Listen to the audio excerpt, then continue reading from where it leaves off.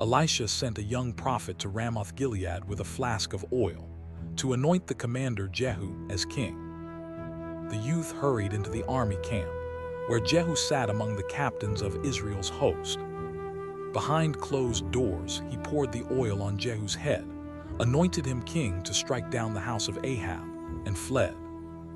The officers spread their cloaks beneath him, blew the trumpet, and shouted that Jehu was king.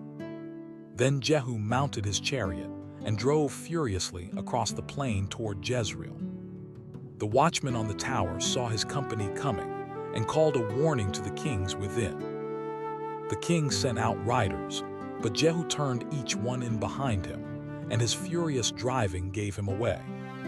So Joram of Israel and Ahaziah of Judah rode out together and met him in the field of Naboth.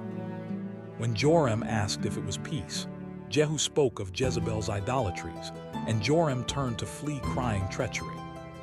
Jehu drew his bow with full strength and shot Joram through the heart and cast him into Naboth's field.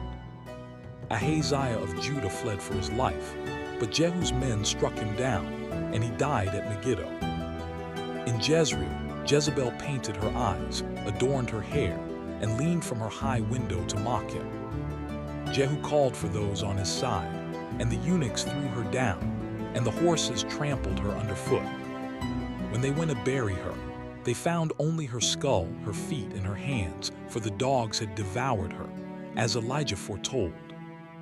Then Hosea remembered God's tenderness. When Israel was a child, he loved him and called his son out of Egypt. He had taught Ephraim to walk and held him close, yet they kept turning away to the Baals. But God's heart recoiled within him. His compassion grew warm, for he is the Holy One and would not come to destroy.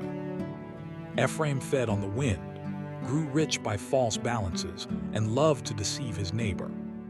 As Jacob once wrestled with God and sought his favor, so Israel is called to keep love and justice and wait on their God. Their idols were fleeting as the morning mist, the early dew, the wind-blown chaff, and the smoke from a window. Yet God promised to ransom them from the grave. O death, where are your plagues? O Sheol, where is your sting? Return, O Israel, to the Lord your God. Bring words of repentance and ask him to receive you graciously. For he will heal their faithlessness and love them freely, like dew that makes the lily bloom and the cedar take root. Then David lifted his prayer, for wicked mouths surrounded him with hate and repaid his love with accusation. He was poor and needy, his heart pierced, fading like an evening shadow, his knees weak from fasting. He had become an object of scorn, mocked by all who passed and wagged their heads at him. So he cried out, "Help me, O Lord my God, save me according to your steadfast love." Though his enemies cursed him, he trusted that God would bless, and his servant would yet rejoice. For the Lord stands at the right hand of the needy, to save him from those who would condemn his soul. With his mouth David gave great thanks to the Lord, and praised him in the midst of the throng. Thank you for watching.